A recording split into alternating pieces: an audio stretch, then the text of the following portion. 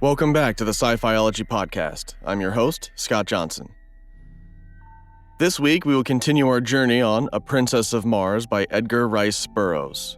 So without further ado, here is Chapter 2. Chapter 2. The Escape of the Dead. A sense of delicious dreaminess overcame me.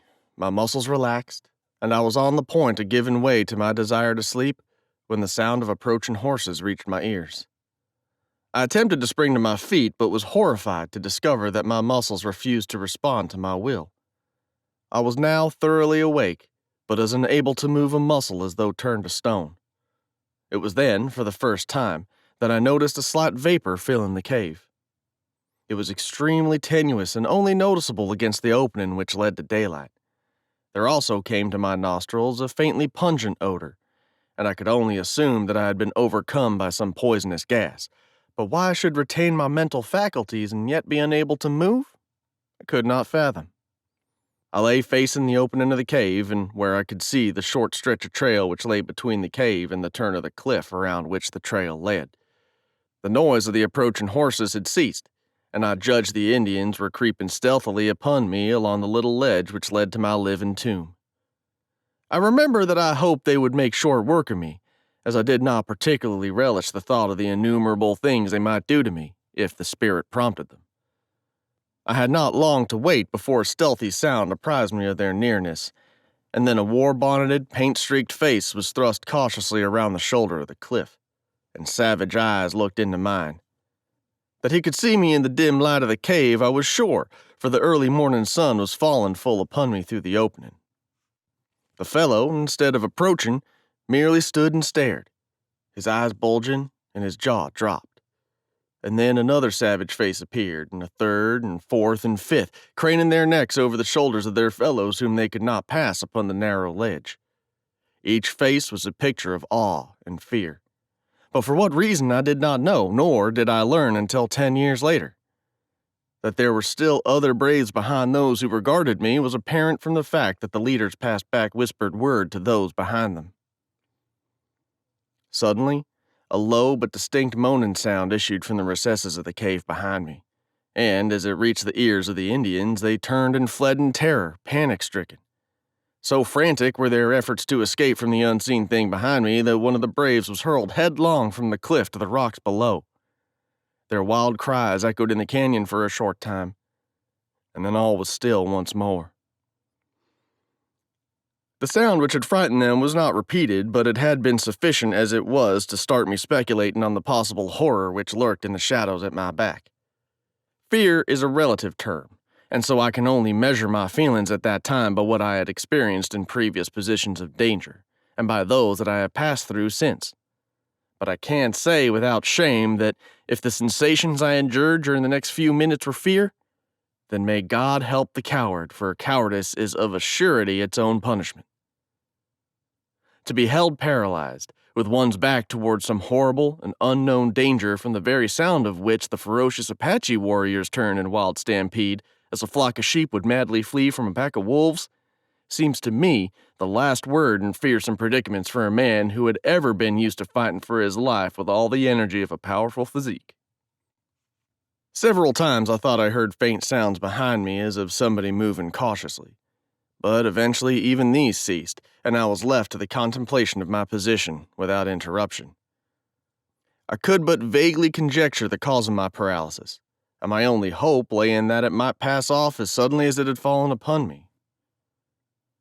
Late in the afternoon, my horse, which had been standing with dragging rein before the cave, started slowly down the trail, evidently in search of food and water, and I was left alone with my mysterious unknown companion and the dead body of my friend, which lay just within my range of vision upon the ledge where I had placed it in the early morning.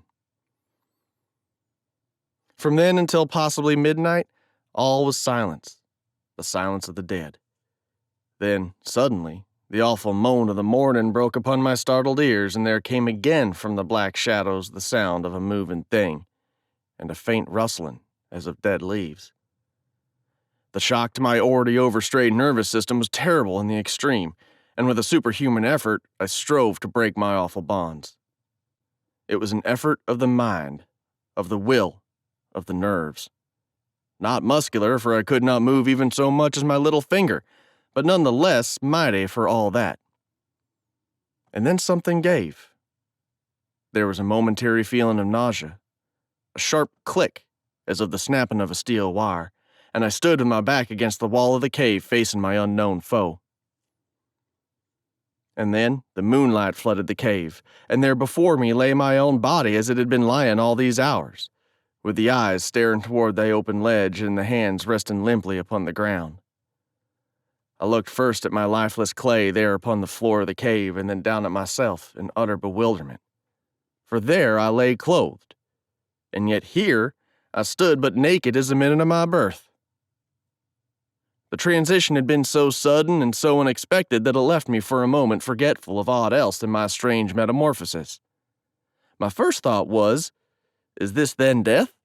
Have I indeed passed over forever into that other life? But I could not well believe this, as I could feel my heart pounding against my ribs from the exertion of my efforts to release myself from the anaesthesis which held me. My breath was coming in quick, short gasps. Cold sweat stood out from every pore of my body, and the ancient experiment of pinching revealed the fact that I was anything other than a wraith. Again was I suddenly recalled to my immediate surroundings by a repetition of the weird moan from the depths of the cave. Naked and unarmed as I was, I had no desire to face the unseen thing which menaced me. My revolvers were strapped to my lifeless body, which, for some unfathomable reason, I could not bring myself to touch. My carbine was in its boot, strapped to my saddle, and as my horse had wandered off, I was left without means of defense. My only alternative seemed to lie in flight, and my decision was crystallized by a recurrence of the rustling sound from the thing which now seemed, in the darkness of the cave and to my distorted imagination, to be creeping stealthily upon me.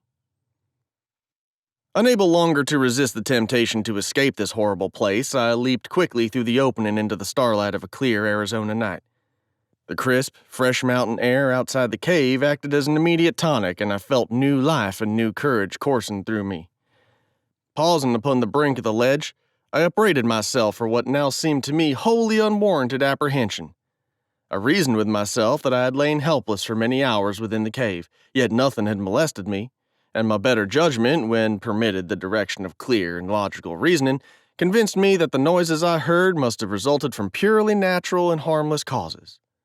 Probably the conformation of the cave was such that a slight breeze had caused the sounds that I heard. I decided to investigate, but first I lifted my head to fill my lungs with pure, invigorating night air of the mountains. As I did so, I saw stretching far below me the beautiful vista of Rocky Gorge and level, cacti-studded flat, wrought by the moonlight into a miracle of soft splendor and wondrous enchantment. Few Western wonders are more inspiring than the beauties of an Arizona moonlit landscape. The silvered mountains in the distance, the strange lights and shadows upon hogback and arroyo, and the grotesque details of the stiff yet beautiful cacti form a picture at once enchanting and inspiring. As though one were catching for the first time a glimpse of some dead and forgotten world, so different is it from the aspect of any other spot on our earth. As I stood thus meditating, I turned my gaze from the landscape to the heavens where the myriad stars formed a gorgeous and fitting canopy for the wonders of the earthly scene. My attention was quickly riveted by a large red star close to the distant horizon. As I gazed upon it, I felt a spell of overpowering fascination. It was Mars, the god of war, and for me, the fighting man, it had always held the power of irresistible enchantment. As I gazed at it on that far-gone night, it seemed to call across the unthinkable void, to lure me to it, to draw me as the lodestone attracts a particle of iron. My longing was beyond the power of opposition. I closed my eyes, stretched out my arms toward the god of my vocation, and felt myself drawn with the suddenness of thought through the trackless immensity of space. There was an instant of extreme cold and utter darkness.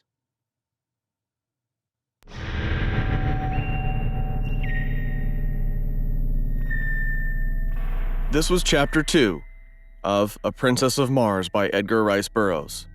I hope you enjoyed. Please join me next time as we continue our journey through A Princess of Mars, continuing with Chapter 3. Until then, take care, and we'll see you next time.